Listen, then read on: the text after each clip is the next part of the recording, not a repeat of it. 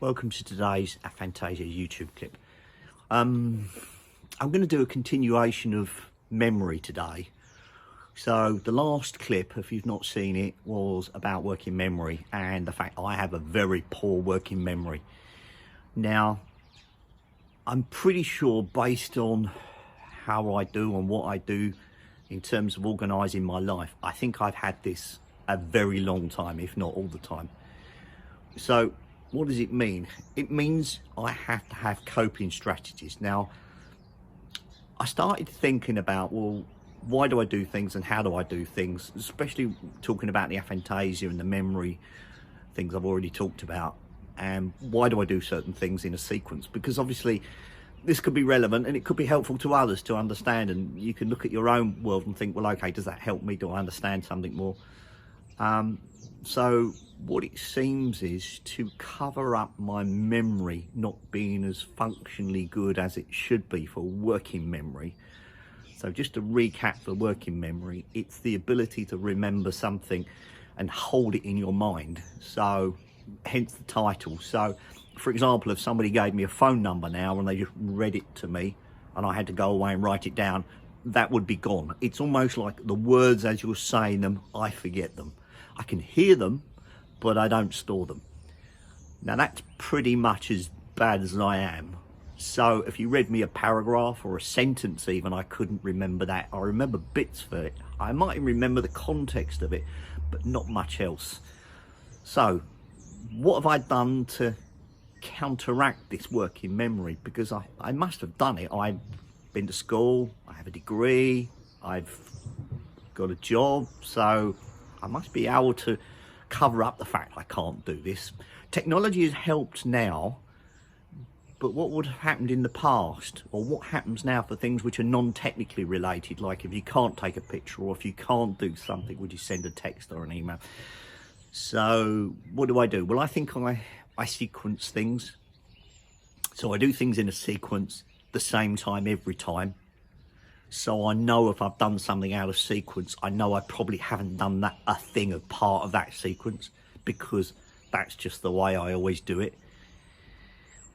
I think I've got forms of OCD in terms of how I do some things. Now, that I think is also linked to my traits towards autism. I have autism to some extent, which I'm still waiting for the report back from the team that looked at this for me. I have autistic traits, but I'm not sure how much they affect my day-to-day ability.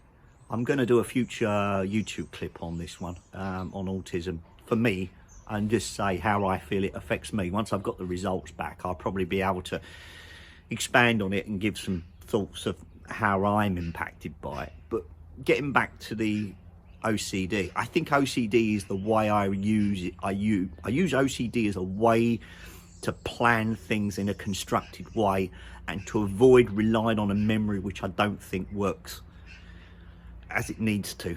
So in the morning, it means I have to do everything in the same order, otherwise I'll probably forget, which I know sounds ridiculous, but honestly it's the truth. At work, I have to do things in a certain way.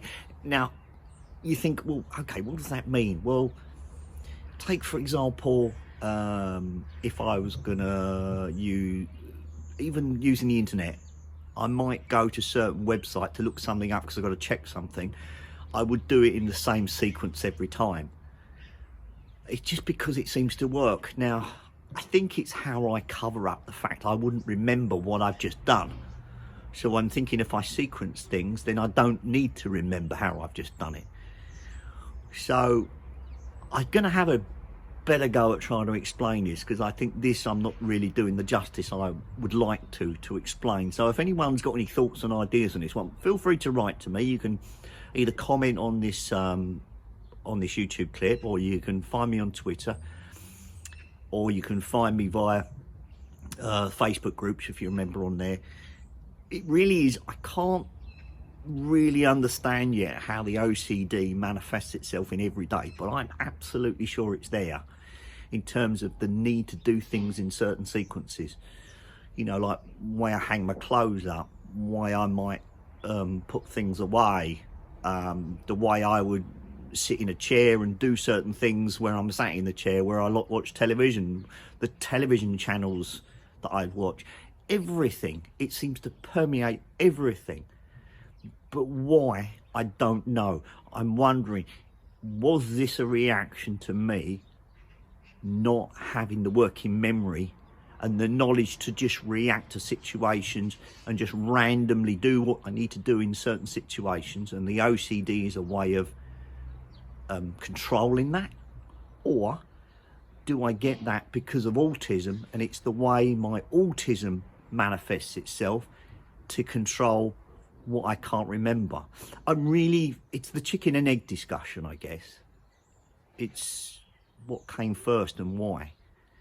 Now, I'm going to cover this in another clip as well, in a different clip, about how all the conditions might overlap and what traits might link together and be present in more than one condition or characteristic of me, and how much of that is individual. So a lot of this stuff fascinates me, and I often talk about different aspects of certain things and focus in on others.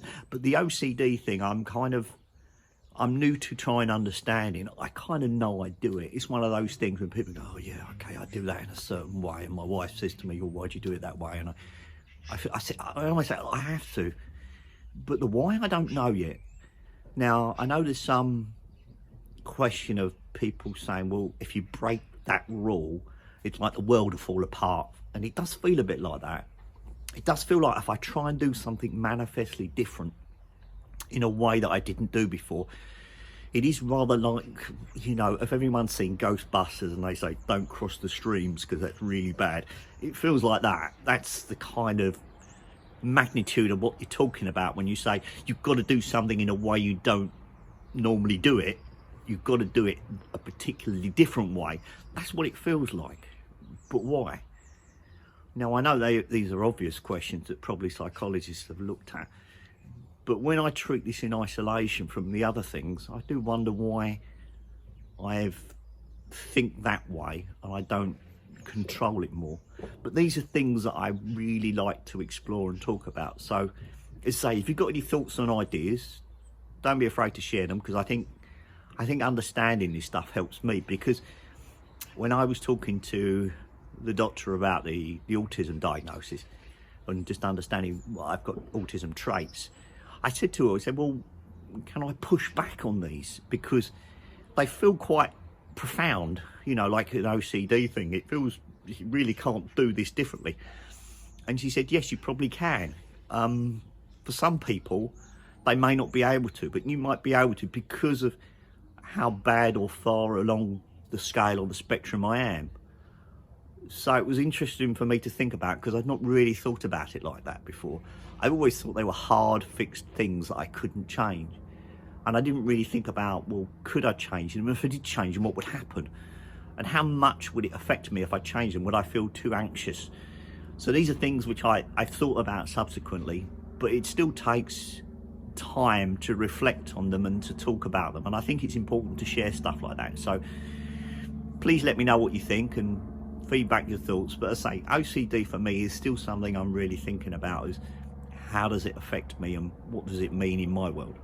So thanks for watching. There are other YouTube clips. If you want to watch others and you want to feedback or comment, please do, and thank you for watching.